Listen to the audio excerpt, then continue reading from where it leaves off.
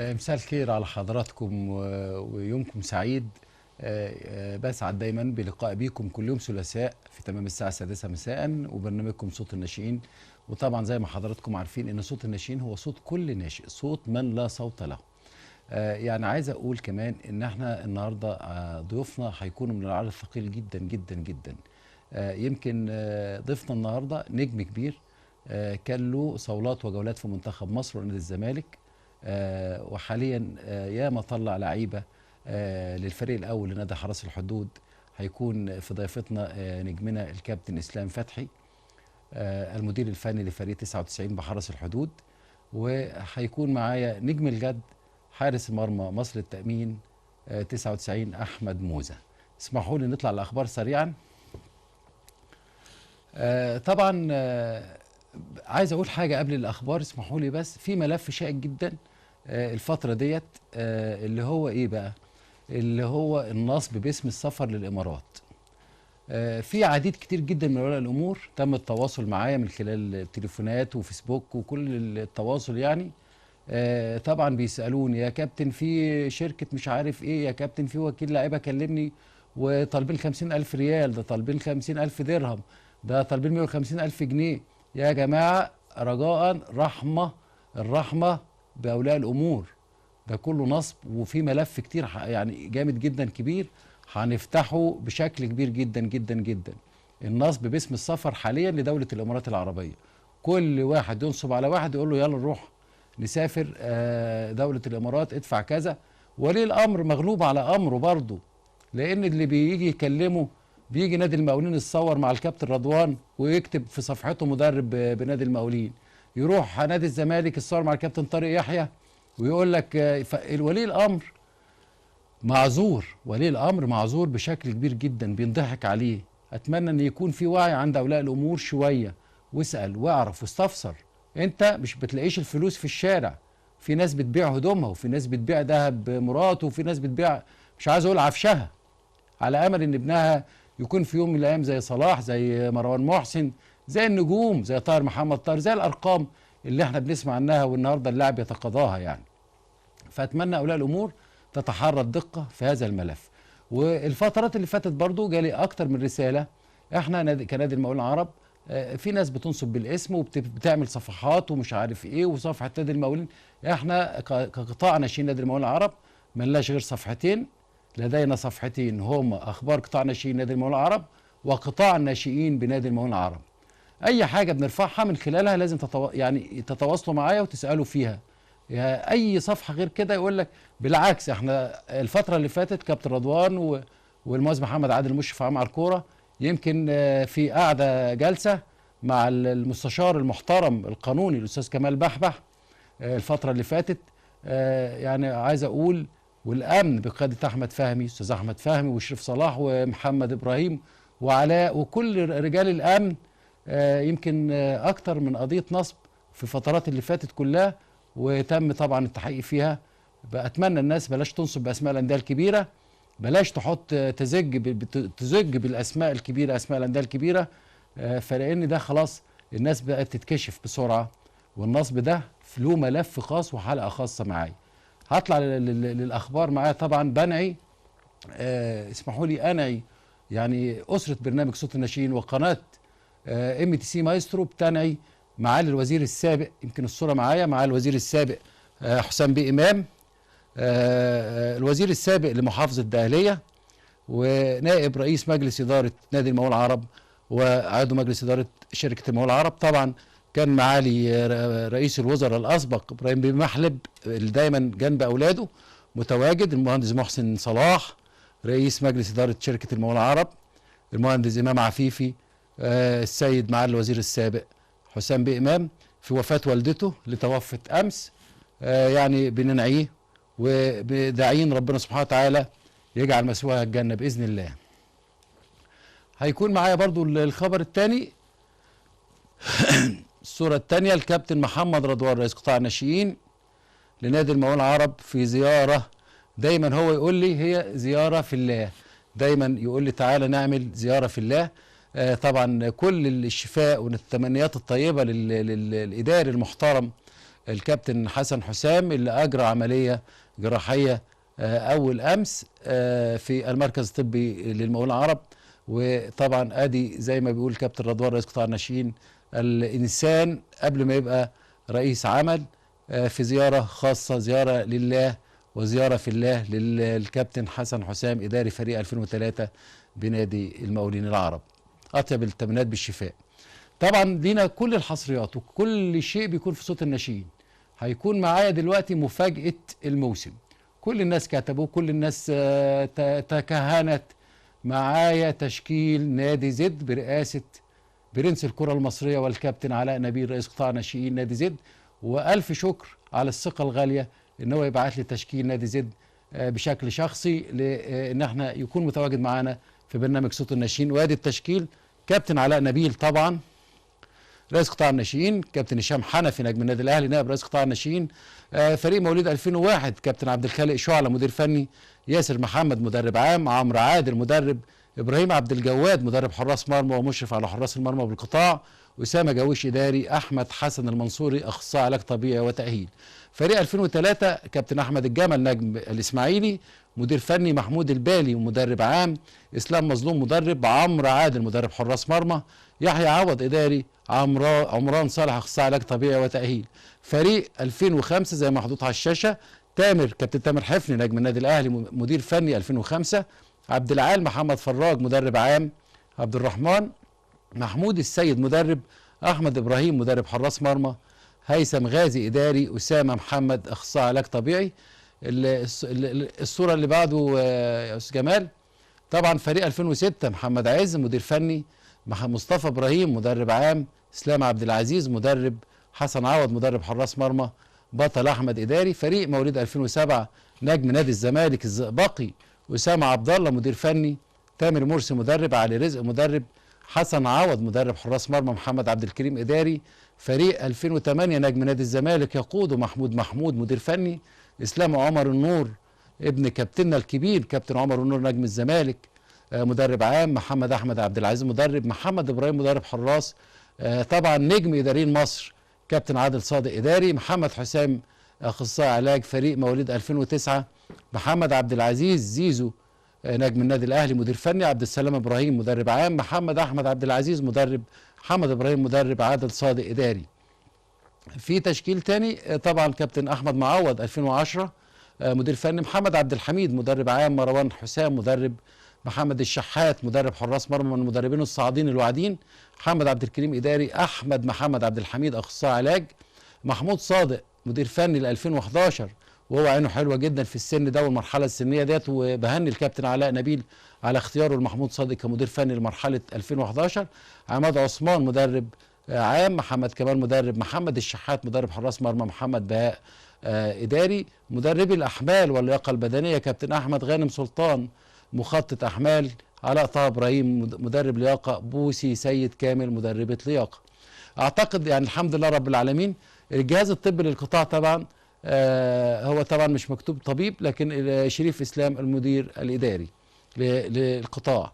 طبعا الحمد لله رب العالمين لينا السبق في كل حاجه. الحمد لله ابتدت الناس تثق في صوت الناشئين، مش بتثق في محمد عبد الله، بالعكس بتثق في صوت الناشئين.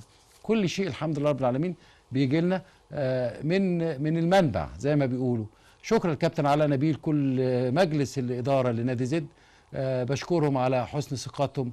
يعني مش عايز اطول اكتر من كده في الاخبار عشان عندي ضيف من النجم، يعني نجم كبير من العيار الثقيل كابتن اسلام فتحي، وحديث مطول عن قطاع ناشئين نادي حرس الحدود. فاصل ونتواصل وما تروحوش بعيد. بعد الفاصل نلتقي ونجم النجوم اسلام فتحي.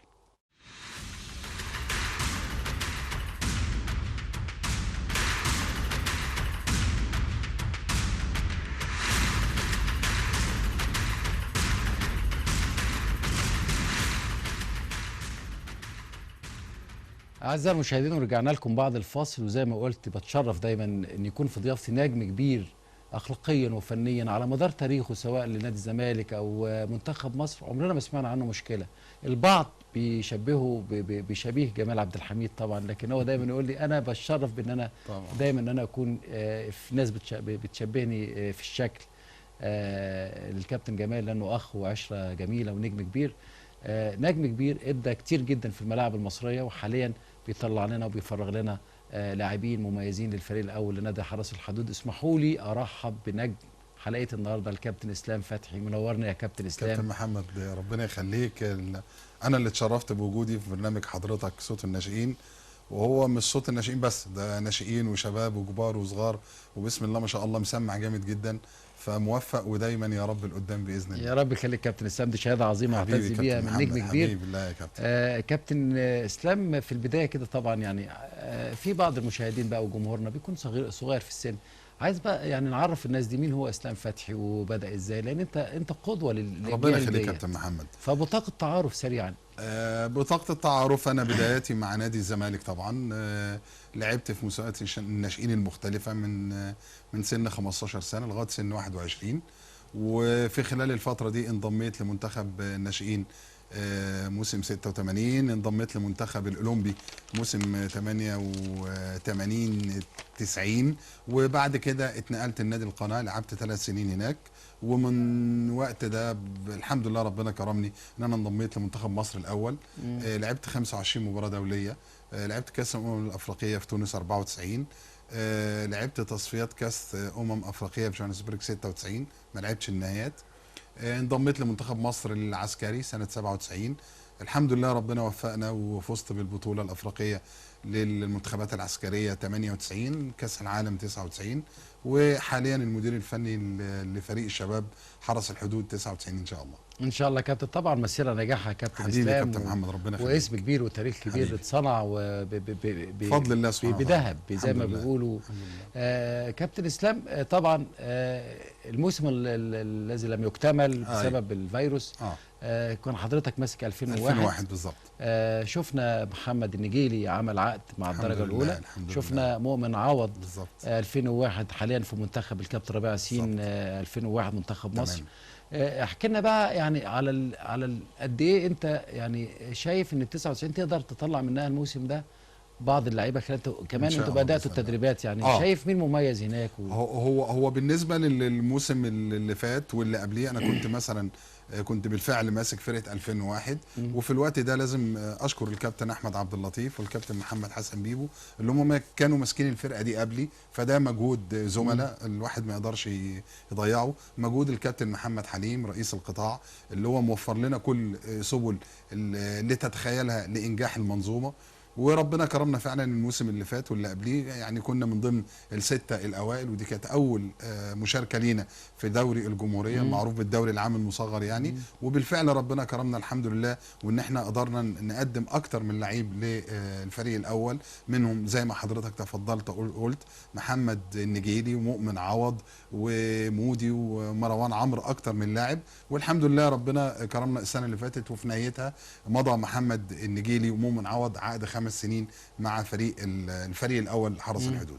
بالنسبه للسنه دي حصل تعديل في الجهاز الفني، طلعت او ربنا اكرمنا بال99، فنتمنى من ربنا سبحانه وتعالى ان هو قدرنا نعمل حاجه زي اللي عملناها مع 2001، وخصوصا ان الكابتن بدران علي ان هو المدير الفني لفريق ال99 عامل منظومه محترمه جدا، عامل لعيبه كويسه جدا، في حوالي 4 أو 5 لاعبين من ال99 السنه دي مع الفريق الاول. فده بيعتبر ضغط علينا ان احنا نمشي او نساير المنظومه اللي كانت ماشيه السنه اللي فاتت مع الكابتن بدران، ونقول يا رب وان شاء الله ربنا يكرمنا السنه دي باذن الله. طبعا يعني كل الشكر للكابتن محمد حليم طبعا. وانا عايز اقول له، وانا في اتصالات التليفونيه قلت له مصر كلها قالت عمل شكل محترم جدا بالزبط. في الاداء، لكن طبعا سوء التوفيق وعدم التوفيق او توفيق وعدم التوفيق هو ساعات بيطيح بالظبط. بنجوم. بص يا كابتن محمد، لكن الشكل بسم الله ما شاء الله بالزبط. الاداء بسم الله ما شاء الله بالزبط. يعني وخاصه كمان يعني هو نجم كبير وابن البار، الابن البار لحرس الحدود بالزبط. كابتن محمد حليم بالزبط. يمكن انا كلمته قال لي انا هبتدي انزل من بكره، يمكن هو داعيني لتغطيه تدريبات القطاع. تشرف يا كابتن ان شاء الله محمد. باذن الله، وده تشرف. شرف لينا ان احنا تشرف. نكون في بالعكس. منظومه عسكريه تشرف لينا. محترمه كمان. تشرف. نقول بقى للمنظومه العسكريه، خطتكم ايه بقى بالنسبه للقطاع الناشئين الموسم ده؟ زي ما حضرتك تفضلت، قبل ما ادخل على المنظومه لازم طبعا كلمه تحيه للكابتن محمد حليم. هو بالفعل وضع نفسه في مكان المدير الفني. خلاص الراجل اثبت جدارته. حته التوفيق وعدم التوفيق مش بتاعت الكابتن حليم ولا بتاعت اي حد، هي بتاعت ربنا سبحانه وتعالى. فعلا. فانت عليك انك تجتهد وتسيب الباقي على ربنا سبحانه وتعالى. فعلا. هو بالفعل اجتهد، بالفعل قدم مدرسه جديده على حرس ده الحدود. توفيق صعب قوي. بالظبط. صعب قوي. 5-6 ماتشات بيخسر في الدقيقه بلس 90، يعني الدقيقه 92. ده بيقول لك كابتن اسلام قال لي طاهر محمد طاهر لو حط الكوره دي 90 مره ما تجيش مش كده هتيجي جول. بالظبط. لو حطها 77 هو رقم فريلتها مش هتيجي. هو بالفعل زي ما قلت لحضرتك هو الكابتن محمد حليم بسم الله ما شاء الله حط بصمته. واضح جدا ان هو صاحب فكر، وان صاحب الفكر دلوقتي لا ده يعني يتشاور عليه بالبنان زي ما بيقولوا بالظبط كده. بالظبط. هو ما خدش الفرقه لا هو الراجل خدها من الكابتن طارق، فرقه محترمه، فرقه جاهزه، ولكن هو اضاف في فتره قصيره قوي. يعني حته ان الكابتن حليم ان اول ما يمسك الفريق الاول لنادي حرس الحدود ويحط عليه البصمه ديت، لا ده مؤشر ان في مدير فني صاحب رؤيه، وصاحب الرؤيه دي حط تحتها 20 خط جاي في كره القدم المصريه. فربنا يكرمه ويوفقه. والتوفيق وعدم التوفيق مش بتاعته، مش بتاعت حد، بتاعت ربنا. دي بتاعت ربنا. هو ادى ما عليه يعني. بالظبط. سؤال حضرتك بالنسبه للمنظومه العسكريه، حضرتك عارف المنظومه العسكريه سواء في الرياضه او في المجال العسكري بتتسم بالخطوات الثابته، الخطوات المدروسه، مش اي خطوه بتتاخد. بالفعل السنه دي لا في نقله تانية خالص بسم الله ما شاء الله. اللي هو باسم يعني ادى توجيهاته، ادى تعليماته ان احنا عايزين يا جماعه نشوف في كل منتخب. حبيب قلبي يا كابتن اسلام، يعني مش عارف هنسيبه اكتر من كده على التليفون. لا اتفضل طبعا. نجم الكبير، نجمنا واخونا الكبير كابتن محمد حليم، كبير مقام. طبعا. اهلا بيك كابتن حليم.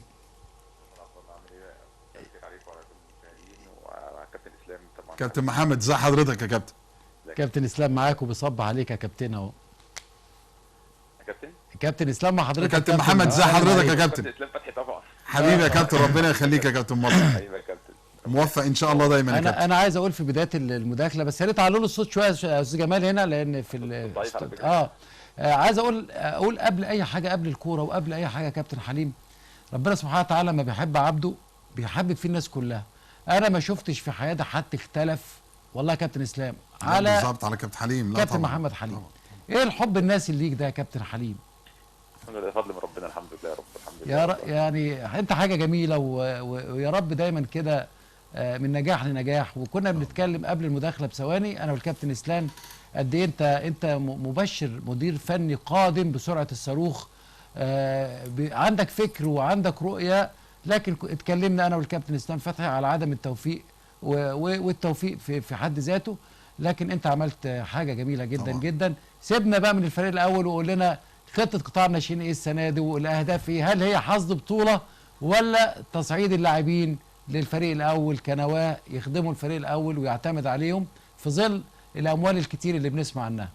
والله بص، احنا كابتن محمد، احنا كابتن اسلام عارف طبعا، احنا من ساعه ما جينا قلنا ان احنا الهدف الاول والاسمى ان احنا نصعد لعيبه للفريق الاول، لان حظ البطوله ده شيء بيبقى مؤقت، انما بيبقى مستمر. ان انت تطلع لعيب كويس بتحسب لكل مدرب طبعا في القطاع ان نطلع كام لعيب الفريق الاول. طبعا معانا، يعني انا لما كنت شغال كان معايا حوالي 9 لاعبين ناشئين من سن 2001 كان الكابتن اسلام ماسك. سن 2001 كان مطلع مؤمن محمد النجيلي ومؤمن عوض ومطلع يعني عبد الله شرابي الجول، وفي لعيبه كتير جدا منهم برضو يستحقوا الصعود. طبعا انت عارف الوقت كان صعب جدا وعندنا من 99 برضو اربع لعيبه. فاعتقد يعني الهدف الاسمى والاوحد للقطاع بالنسبه لنا احنا بغض النظر عن البطوله وكلام، ان البطوله ده اعتقد في يعني شيء زائل، انما اللي بيتبقى ان انت تصعد لعيب كويس النادي يستفاد منه في ظل طغيان الماده غلاء اسعار اللاعبين دلوقتي. يعني اسعار اللاعبين مبالغ فيها جدا جدا، فابن النادي كمان بيبقى عنده ولاء وانتماء اكتر للنادي. فاعتقد ان تصعيد اللعيبه من قطاع الناشئين للفريق الاول هو اكبر هدف احنا بنسعى اليه من خلال القطاع يعني.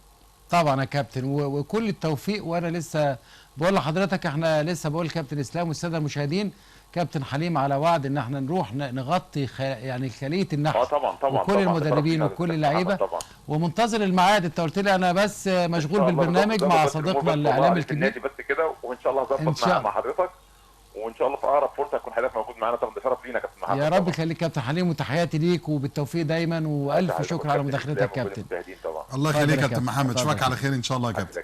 اتفضل يا كابتن محمد، اتفضل يا كابتن. فانا كابتن اسلام ما حدش يختلف على حب الكابتن حليم. لا ما هو بص يعني الكمال لله وحده سبحانه وتعالى. ولكن الكابتن حليم يعني زي ما حضرتك قلت سيماهم على وجوههم، يعني ما فيش حد بيشوفه غير لما بيحبه من ساعه ما كان بيلعب، لان هو كان مركز انه يبقى يلعب بس، لعيب بس، مش بتاع مشاكل، مش بتاع بروباجندا، مش بتاع اعلام، مش بتاع ملعب وبس. فدي بتاعت ربنا مش بتاع حد. كابتن اسلام، انت عارف العمل في المؤسسات العسكريه وخاصه نادي حرس الحدود يختلف عن العمل في الانديه، انديه الزمالك، انديه الاهلي. بالظبط. ايه الفرق بين الانديه ديت وانديه المؤسسات اللي احنا بنذكرها دلوقتي؟ هقول لحضرتك حاجه، هو طبعا برضو الانديه دي الاهلي والزمالك هي انديه او مؤسسات كبيره جدا، لها اسم ولها تاريخ ولها، ولكن المنظومه العسكريه بتغلب في الاحيان كلها. يعني المواعيد بالظبط، يعني بالثانيه، ما ينفعش حاجه ثانيه.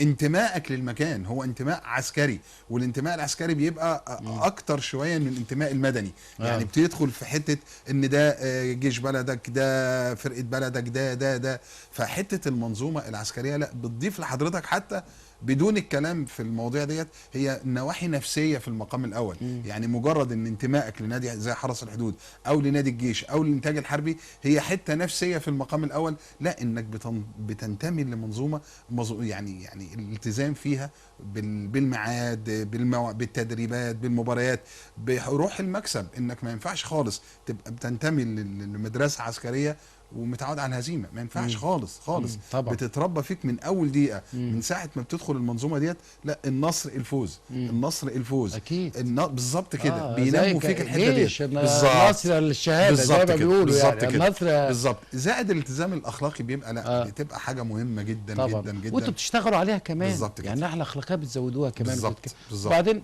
انا في مره في حد من الساده الصحفيين كان قاعد مع الكابتن رضوان، فانا بصراحه قلت هقوم اسيبه بتاع، قال لي اقعد يا ابو حميد. فبيساله سؤال، قال له الالتزام والانضباط يعني جه منين؟ فشوف رد الكابتن محمد رضوان القيمه والقامه. طبعا. قال له انا صعدت محمد صلاح وهو عنده 16 سنه الا ما لم يكتمل 16 سنه بالظبط. فشايف اجهزه فنيه بتقوده بتقوم تصلي الفجر.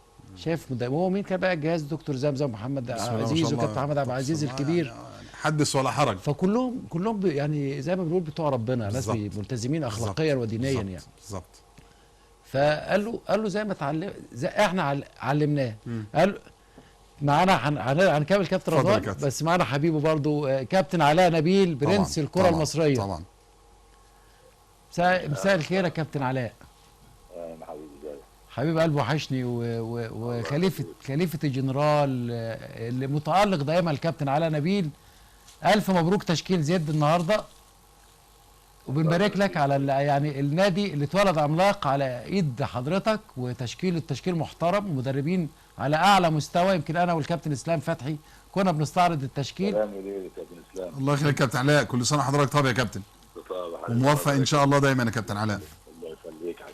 يعني كلمنا بقى عن الخطه يا كابتن، خلال يعني رؤيتك ايه في الموسم المقبل ان شاء الله لقطاع ناشئين نادي زد؟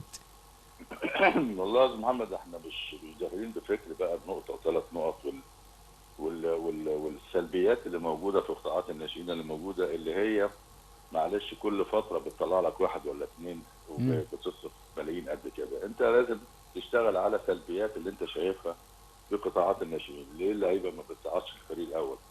ليه اللعيبه بتهرب من السن الصغير وبتخرج بره؟ لانها شايفه ان صعودها للفريق الاول ده بيبقى من رابع المستحيلات، وكل اهم الانديه اللي هي تجيب لعيبه من بره وما اعتمدش على الناشئين، وبيوصل لمرحله النيه وبيقولوا بعد كده شكرا. فانت لازم تشتغل على السلبيات اللي انت شفتها. انا من خلال الفتره اللي فاتت في سلبيات كتير قوي. فكر النادي فكر تاني خالص. احنا بنعد لعيبه عندنا اتجاهين، يا احتراف خارجي يا الاستفاده بالفريق الاول. احنا اللعيب ده عمره ما هيتطور غير لما يكون المدرب بتاعه كويس. فعلا. منظومه كامله. فعلا. يعني المدرب كويس اللعيب هيبقى كويس. احنا عاملين كل حاجه يعني طبعا مجلس اداره بدعم تدعيم غير طبيعي، بحيث ان احنا ماشيين في هذا الاتجاه. في استراتيجيه المانيه مصريه بتنفيذ مصري في مصر هنا اهو. المدربين الالمان الموجودين بيقعدوا معايا، بنعمل محاضرات للمدربين، احدث اساليب التدريب، بنشوف كل واحد بيقول رايه، بنقعد نتكلم، بنطلع بحاجه كويسه للمدربين. المدربين بينزلوا يطبقوا في الملعب مع فرقهم، احنا بنتابع، كل واحد بيبقى ليه شغله، بتدي مساحه للمدرب لو هو يشتغل. انت بتقول الفكره والمدرب يشتغل عليها طبعا. يعني مش معقول انا هقول له اعمل كذا واعمل كذا، لا. ده اكيد. احنا بنقول مثلا حاجه معينه، انت بقى ابتكر بقى، اشتغل مثلا على الضغط، عندك تمرينات بقى ازاي تضغط، ازاي مش عارف ايه الحاجات دي، الوحدات التدريبيه المختلفه بقى. ايوه. اللعيب لازم ثقافته تعلى، لان احنا شفنا احنا لما تيجي تحسبها بالورقه والقلم، احنا كام مليون ناس في مصر، واللعيبه اللي بتطلع تحترف وما بتنجحش وبترجع، ما لازم ليها اسباب، ما هو لازم ليها اسباب. اكيد اكيد. تشتغل على الحته، لازم تثقف اللعيبه.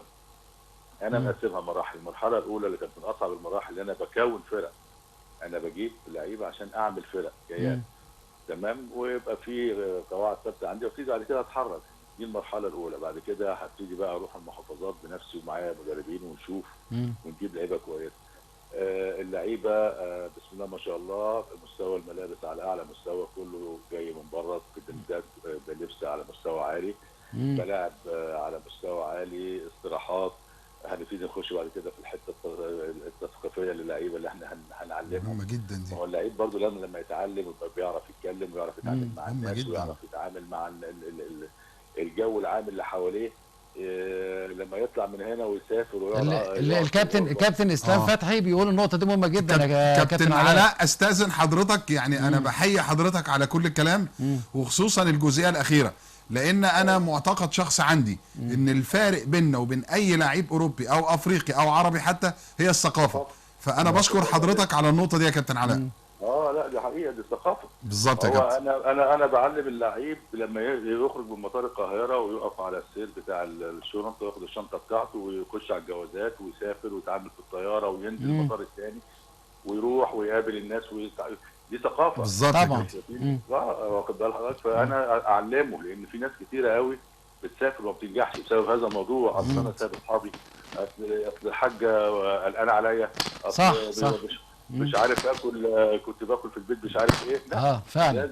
لازم اللعيبه دي تتثقف، يعني ايه طرف خارجي، يعني ايه علم. دي مرحله برضو بالنسبه لنا. فهي متقسمه المراحل بالنسبه لنا، يعني بالنسبه لنادي زد. فعشان كده لما اتعرض عليا الموضوع والمشروع انا ما ترددتش بصراحه، لان اكيد الموضوع فكر عالي، وهو هيوفر لك كل الامكانيات تقدر تبدا فيها كابتن. طبعا. بس فالحمد لله يعني. وبعدين انا عملت كوكتيل مدارس مختلفه في القطاع الناشئين. اكيد. انا جايب من الاهلي وجايب من الزمالك، مقاولين وزمالك، محمد محمود واسامه عبد الله. عامل كوكتيل من المدربين، مدارس مختلفه، وكل مرحله سنيه ليها المدرسه بتاعتها. يعني كل مرحله سنيه، يعني خلي بالك رئيس القطاع ده اصعب حاجه بالنسبه له هو يحط الجهاز. اكيد انا بالنسبه لي انا بالنسبه لي انا لان ده بيريحك.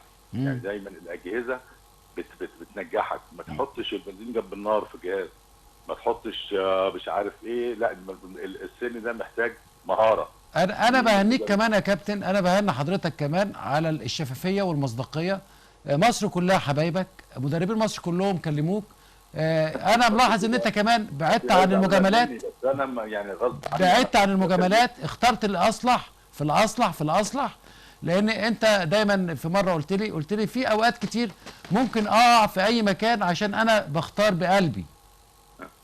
فاكر يا كابتن؟ دي حقيقه يعني. قلت لي بنسى عقلي ساعات وبروح ورا قلبي وانسانيتي وصداقتي وعلاقتي بفلان وفلان، فساعات كتير ممكن اخسر حاجات كتير قوي عشان انا بشتغل ساعات بقلبي. والموضوع ده حقيقي، وكلنا بنتعلم وكلنا انا وقعت في هذا غلط. انا مشيت ورا حاجات كتير الفتره اللي فاتت وللاسف خسرت. يعني كلنا بنتعلم من خطأنا طبعا، فاخطأنا يعني. فالحمد لله ان انا وفقت في اختيار الاجهزه، وبدانا العمل من شهرين في صمت، وبدانا كنا بنروح النادي من الساعه 9 بنروح 9 بالليل، طبعا اللعيبه بتيجي وبنشوفها وبنختار والنهارده الحمد لله انت داخل كبير يعني فعلا. ما في مولود عملاق يا كابتن، مولود عملاق. يعني فدي مساعدانا برضو، وبنتمنى ان التجربه تنجح، واتمنى اللي هي يعني النهارده مستر نجيب ساويرس وهو قاعد قال لك انا عايز اعمل حاجه لبلدي يعني فعلا نعمل حاجه لمصر، ان احنا بنعمل لعيبه على مستوى فيه.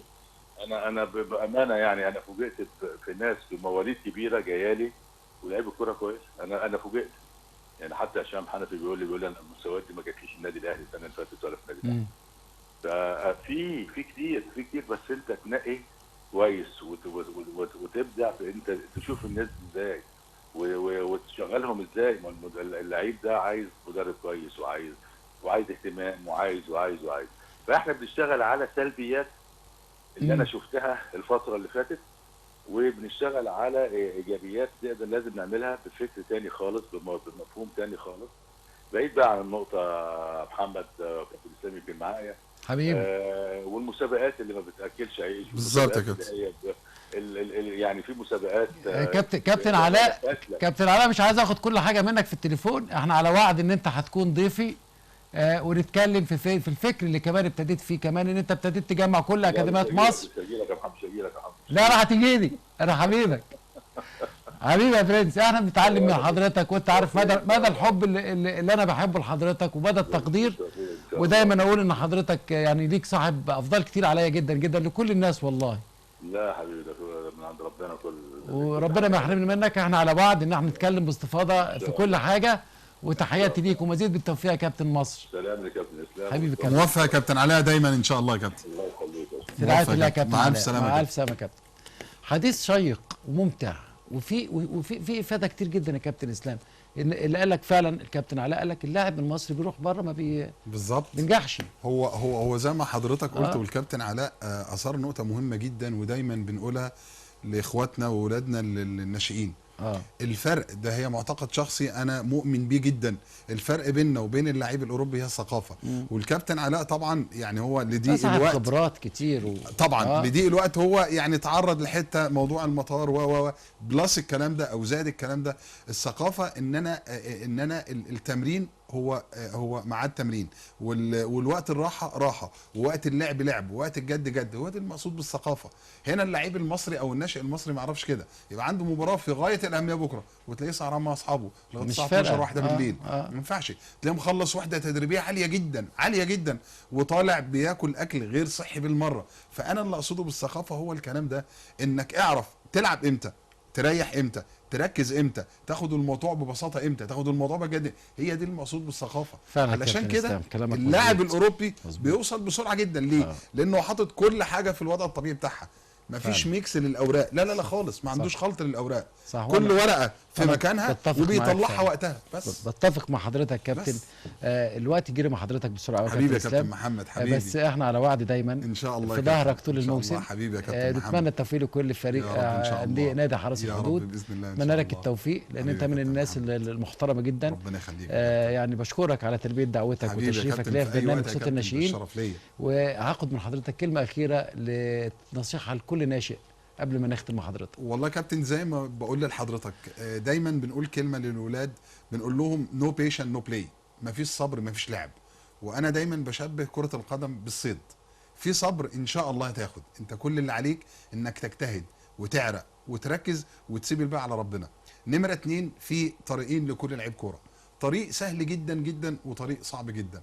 طريق السهل انك لو ما بتلعبش في النادي بتاعك تطلع جاستيفيكيشن، مبررات، اصل المدرب مش بيحبني، اصل اعرف ان الطريق ده قصير وما بيوديش لحاجه. لكن طريق التحدي اللي هو اثبت لنفسك واثبت للمدرب واثبت للجمهور واثبت لناديك انك قدها وقدود. ده مع انه صعب لكن في النهايه في نجاح. هو النجاح ده بالظبط كده. حبيبي كابتن اسلام، بشكرك على وجودك. بشكر كابتن اسلام فتحي المدير الفني لفريق الشباب 99 بنادي حرس الحدود. هنطلع فاصل سريعا ونستقبل ضيفنا نجم الغد وحارس المرمى احمد موزة، حارس مرمى مصر للتأمين.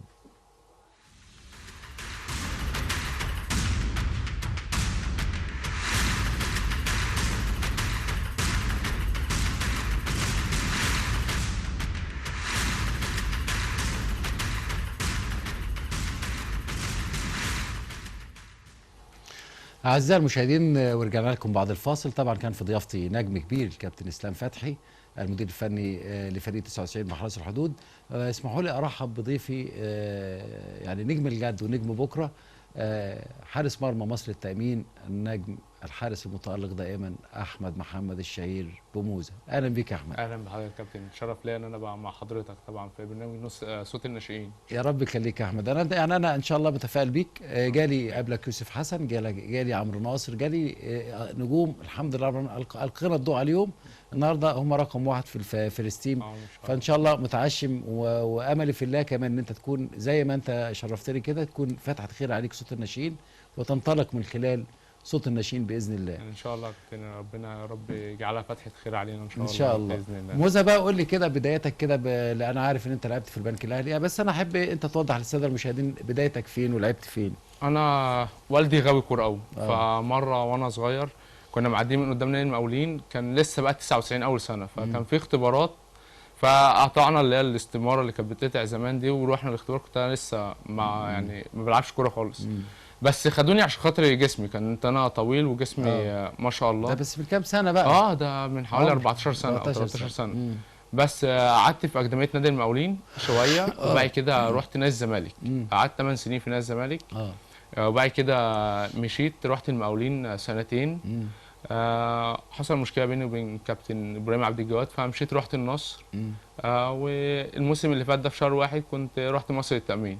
مصر التأمين نادي من الأندية المحترمة، وكمان طبعا بيحاول ان هو يبني فرقة جديدة ينافس بيها للصعود، لان مصر التأمين ده بتعمل لعيبة كويسة جدا جدا جدا. لا هو نادي محترم بصراحة، والإدارة فيه طبعا والجهاز بصراحة كان عندك كابتن السني هناك إداري، ناس محترمة. كابتن رمضان ابراهيم نجم كبير، مشرف عام على هناك على الكوره وعلى الشركه، عضو مجلس الاداره المنتدب. يعني مصر التأمين نادي محترم، نادي محترم، نتمنى له كل التوفيق. طموحاتك ايه بقى في اللي جاي يا احمد؟ انا عايز ارجع الدوري الممتاز تاني، العب فرقه في الدوري الممتاز، وان شاء الله ربنا يكرمني اطلع درجه اولى. يعني يا رب العب ان شاء الله، يبقى ليا فرصه اروح المنتخب الاولمبي. يعني نفسي العب معاهم بس، وتبدا بقى يعني رحله الدرجه الاولى دي كده بقى، المنتخب الاولمبي، المنتخب الاول، نلعب اهلي، احترف. يعني نفسي احترف ان شاء الله. خلي بالك طالما انت عندك اصرار وعندك عزيمه، ثق تماما زي ما الكابتن اسلام قال لك اصل المدرب ده مش عارف بيقعدني، اصل انا بلعب وما بيحطنيش في السكور. لازم زي ما قال لك الصبر، اللاعب الكره ده زي الصياد، اللي يصبر دايما بينول. فيعني انا عارف ان اللاعب، واحنا كلنا كنا بنلعب كوره، في مدرب يحبطك وفي مدرب يدعمك، فلازم انت كمان يبقى عندك صبر يا احمد. فيعني قول لي بقى بالمناسبه كده، مدرب بقى يعني تفتكر مين اول مدرب مرنك كحارس مرمى ودعمك؟ انا اول مدرب مرني كحارس مرمى دعمني بصراحه وليه فضل كبير عليا كابتن محمد عبد الستار. هو كابتن محمد عبد الستار هو كان السبب ان انا اروح نادي الزمالك. هو خدني الاول، دخلت اكاديميه نادي الزمالك، اتمرنت، كون الخطه ان انا هقعد سنه في الاكاديميه وبعد كده السنه اللي بعديها اروح الفرقه. هي جت بقى الظروف وانا واقف مره في التقسيمه، فمعدي مدرب الفرقه من ورايا، فصديت كوره كويسه، فنزل شافني واداني ميعاد، بقيت في الفرقه، وكان هو المدرب بتاعي كمان في الفرقه، وخدنا بعض بطولات وكاس الدوري، كان صاحب فضل كبير عليا بصراحه. يعني طموحاتك في اللي جاي ايه؟ يعني انت مخطط، يعني انت قلت انا عايز العب منتخب اولمبي وعايز طب انت وضع لنفسك يعني وحدات تدريبيه، نظام غذائي، برنامج في الجيم، ما هو عشان توصل لده اكيد انت بتبقى محضر له. اكيد انت محضر طبعا. ايه أكيد. وعامل ايه لنفسك؟ انا عامه من صغري دايما بتمرن بره بعيد عن النادي عشان احافظ على مستواي واكون في فورمه عاليه جدا.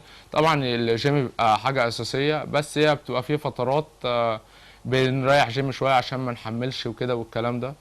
بس النظام الغذائي بتبقى حاجه مفروغه منها، بس احنا برضو يعني واحد ساعات اكيد طبعا بتضعف. اكيد بتاع محشي انت اكيد.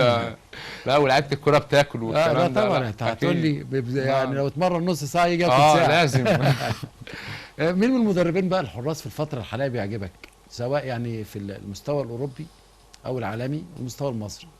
العالمي انا بحب مدرب برشلونه جدا، لانه بصراحه عمل طفره مع تير شتيجن في الفتره الاخيره، بالذات اللعب بالرجل والكلام ده.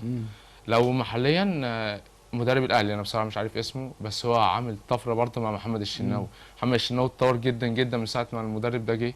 بيلعب برجله كويس جدا، بيعمل كونتر اتاك، بيبني هجمه من بدري، لا فارق مع الاهلي كتير. طب بصراحة. ومين من الحراس بقى عالميا ومحليا؟ عالميا انا بحب نوير جدا مم. جدا، احسن حارس مرمى في العالم بصراحه. محليا عصام الحضري طبعا، عصام الحضري ومحمد الشناوي واحمد الشناوي. يعني آلا الشناوي، محمد واحمد طبعا وعصام. وعصام. شوف الابداع اللي عصام بيعمله، يعني تخيل بيتمرن، يعني بيتمرن كام ساعه في اليوم؟ انا سمعته بيتمرن 8، ناس تقول 10، ناس تقول 16، ناس تقول 14. وشوف وصل لمرحله السن قد ايه. هو لحد دلوقتي يعني كابتن عصام اعتزل، هو عندي عصام لحد دلوقتي كابتن عصام بيتمرن، وبيتمرن تمرينات صعبه جدا، وسنه كبير جدا 48 سنه تقريبا. طبعا يعني حاجه صعبه جدا، بس هو بصراحه عنده عزيمه واصرار. يعني انا ما شفتهمش في جون في مصر قبل كده ولا في العالم، ولا ما حدش عمل اللي عمله. انجازات. بصراحه. ايه بقى كل ميزه بتعجبك في الشناوي؟ يعني انت بتقول انا بيعجبني الشناوي، بيعجبني احمد، كل واحد فيه ميزه. التراي بيطلع، العالي بياخد. يعني ايه بقى المميز عند الشناوي محمد، وايه المميز عند احمد، وايه المميز عند الكابتن حضر؟ هو محمد الشناوي، كابتن محمد الشناوي انا بحب فيه هدوء وثقته في نفسه. هو عنده هدوء عالي جدا وثقه في نفسه عاليه جدا. تاني حاجه هو مجتهد جدا بصراحه، بيطور من نفسه. كابتن احمد الشناوي موهبه ما جاتش قبل كده في مصر. بصراحه موهبته عاليه جدا جدا جدا، بس هو يعني مهم شويه في حق نفسه. يعني هو برضو تعرض لبعض الضغوط. خلي بالك خلي بالك يعني انا لاحظت في الفترات السابقه ان من اول ما راح بيراميدز، والاعلام دايما يعني في بعض الاعلاميين بيهاجم الشناوي، وفي ظل في عكس انه كان طلع كوره كده يقول لك يا عالمي ده شفت التراي، شفت النهارده هو بيبقى كويس جدا وما بيدروش حقه. لا هو بصراحه من الفتره الاخيره في نادي الزمالك كابتن احمد الشناوي بيبقى عليه ضغط اعلامي، بس انا شايف ان هو عنده امكانيات يكون في حته تانية اعلى من الكلام ده كله ويعدي الكلام ده كله. زي كابتن عصام الحضري، اللي خلى كابتن عصام الحضري وصل للكلام ده ان هو ما عندوش حته بتاع كابتن احمد الشناوي، هو ما بيركزش في الكلام، ما بيحطش الكلام. هو مركز في شغله، مركز في اللي هو بيعمله. فعشان كده ربنا بيكرمه وبيوفقه والكلام ده. يعني خلي بالك انت كمان برضه يا احمد، خلي بالك يا موزه. في ناس كتير جدا يعني حتى في القناه قالوا لي موزه كله شريف اكرامي. دي حقيقه. قالوا لي شبه شريف اكرامي. انا وانا صغير كنت شبه الكابتن احمد شوبير جدا. حتى في نادي الزمالك كانوا بيقعدوا يقولوا لي انت نسخه من شوبير. وايه اللي جابك هنا؟ ما انا مش عارف. وكانوا يسميني شوبير. كبرت شويه قلبت الكابتن شريف اكرامي. وانا حراس مرمى الزمالك في قطاع الناشئين كلهم جنش وابو جبل. لا انا يا جبل يا جنش. يعني حتى في حراس المرمى، واحنا يعني بتفرج على ماتشاتهم مع المقاولين مع الانديه الاخرى، جنش العب يا جنش. يعني هم خلاص اصبح هناك خلاص بيلقبوا بعضهم والشناوي، بس دلوقتي ما بقاش يقولوا الشناوي، خلاص جنش وابو جبل. لا انا كانوا مطلعين عليا شوبير، كنت شبه كابتن احمد شوبير جدا. كبرت شويه كنت انا مفلفل شعري كده، فكان شبه كابتن شريف اكرامي. شويه بدي رمضان صبحي، شويه برجع شريف اكرامي تاني كده. لا انت مد على شريف. حتى بيقولوا لي في الفريق الاعداد بيقول لي كله شريف اكرامي. كابتن شريف اكرامي طبعا ده شرف ليا طبعا شريف نجم كبير وحارس مرمى محترم. قول لي بقى، خلينا نخش بقى على الطموحات. انت الفتره اللي جايه مركز في ان انت تلعب دوري ان شاء الله باذن الله، دوري ممتاز. وانا عرفت ان في اكتر من نادي، يعني لا داعي لذكر اساميهم لان انا عارف انت قلت لي بلاش نتكلم عن الانديه، لكن المكان اللي انت رايحه الفتره اللي جايه ده مكان قوي جدا في حراس مميزه. يعني شايف الرؤيه ايه؟ شايف ان هيكون لك هناك، يعني هتشتغل على ايه عشان تقدر تبقى معاهم؟ ايه اللي يميزك في وسط الحراس هناك مش موجود عندهم؟ بصراحه انا ما بركزش قوي في فكره مين موجود هناك او الاسامي. انا بحب ان انا يكون معايا جون كبير، انا بحب التنافس والتحدي. انا بركز في تمريني، بعمل اللي عليا، بحاول على قد ما اقدر ان انا اتعب عشان مجهودي ده يبان. بس فكره جون كويس موجود، جونين، دي بتبقى حاجه كويسه، بتبقى منافسه في مصلحتنا احنا الثلاثه او احنا الاثنين، بتعلينا احنا الاثنين. انا مش بخاف من الحته دي، ومش بخاف عامه من حد، فمش بتفرق معايا. انا عايز يعني عارف يا احمد، انا قد ايه شفت تعب ومجهود والدك معاك في الفترات اللي فاتت، وهو حتى بيكلمني يعني عنده موزه ده في مكان والعالم كله في مكان. هو لو حبيت في نهايه لقائنا تشكره على الهوا تقول له ايه؟ هو بابا طبعا صاحب فضل كبير جدا بعد ربنا عليا بصراحة. هو أساسا اللي خدني للطريق ده وحببني فيه. أنا بصراحة بحبه جدا جدا لأن هو فرق معايا كتير وتعب معايا كتير جدا جدا. ساعات بنختلف طبعا في البيت وبيبقى في بينا مشاكل، بس ده عشان أنا بحبه بصراحة، وأحب إن هو مهتم بيا ومهتم بمستقبلي، يجي يتفرج عليا يتابع المطوشة يعرف أخباري. هو بيقف في ظهري جدا، يعني بيدعمني في اي وقت سواء انا كنت على صح او في خطأ. فبصراحة يعني اشكره جدا واقول له يعني ربنا يخليه لي يا رب. وانا كمان انا يعني بضم صوت لصوتك وبشكره على مجهوده معاك.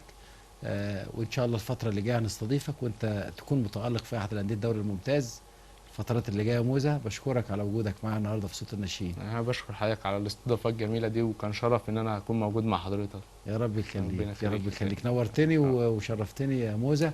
اعزائي المشاهدين طبعا بكده نكون وصلنا نهايه الحلقه من صوت الناشئين. يا رب تكون نالت اعجابكم ونالت الاستحسان.